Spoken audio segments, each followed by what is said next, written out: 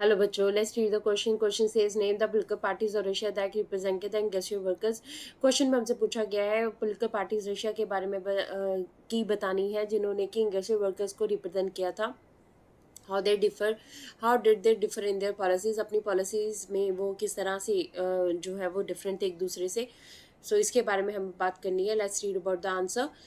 All political parties were illegal in Russia before 1914. 1914 से पहले सारी पोलिटिकल पार्टीज जो है वो रशिया में बैन थी. The Russian socialist democratic workers party was formed in 1898 by socialist who respected the Marx ideas. देखिए, Russian socialist democratic workers party जो 1898 में बनाई गई थी, सोशलिस्ट ने इन्हें बनाया था. सोशलिस्ट वो लोग होते हैं सोसाइटी, इक्वल सोसाइटी की बात करते हैं, और ये लोग जो है मार्क्स के आइडियाज़ के फेवर में थे. मार्क्स का कहना था कि वर्कर्स जो है मैक्सिमम वर्क करते हैं, जबकि जो मैक्सिमम प्रॉफिट है वो ऑनर्स ले जाते हैं, तो वर्कर्स को भी प्रॉपर जो है वो बेनिफिट मिलना चाहिए. उनके आइडियाज़ के ऊपर जो है RSDPA RSDW जो है हमारे पास पार्टी थी. It was an illegal organisation. इसके जो वर्क थे वो इलीगल थे क्योंकि गवर्नमेंट ने रिकॉग्नाइज नहीं किया हुआ था इस पार्टी को.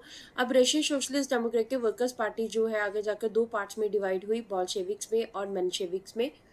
बॉल्शेविक पार्टी जो थी, इसका रशियन मीनिंग था majority, but in reality they were in minority, less in number. देखिए, बॉल्शेविक जो रशियन वर्ड है इसका मतलब होता है मेजॉरिटी, बट एक्चुअल में अपनी पॉलिसीज़ की वजह से, आइडियाज़ की वजह से ये क्या थे, माइनॉरिटी में थे.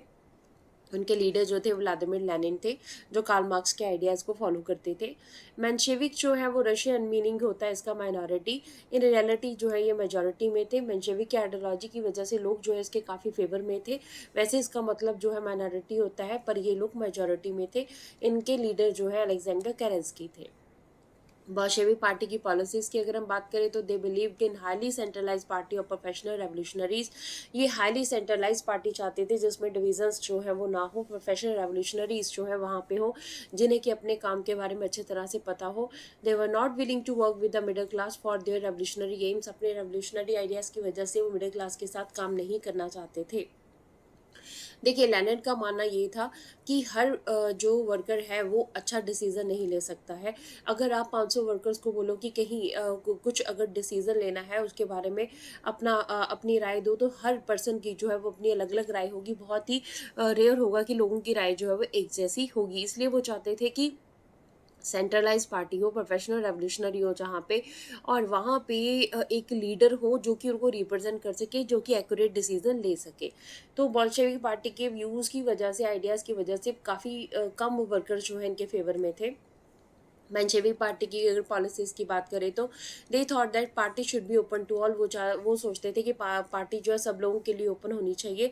सो मेजॉरिटी ऑफ द वर्कर्स जो हैं they were in the favour of this party. जो क्योंकि ये पार्टी सबके लिए ओपन थी, इसलिए मेजॉरिटी ऑफ द वर्कर्स जो हैं वो इसके फेवर में थे. जब रशियन रेवोल्यूशन हुआ, फेब रेवोल्यूशन में मेंशेविक जो इन्होंने अपनी गवर्नमेंट बनाई, उसके बाद अक्टूबर रेवोल्यूशन में जो है बॉल्शेविक्स की जो है बॉल्शेविक की गवर्नमेंट बनी.